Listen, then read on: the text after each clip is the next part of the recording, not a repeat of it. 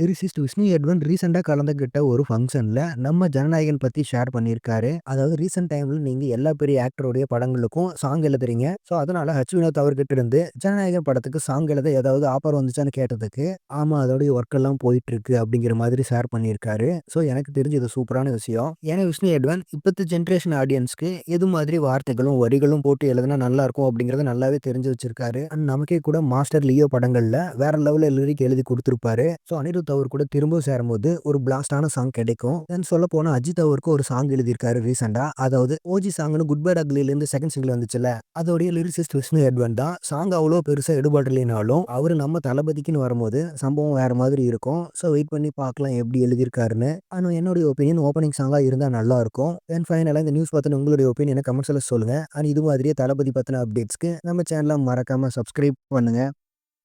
Thank you friends.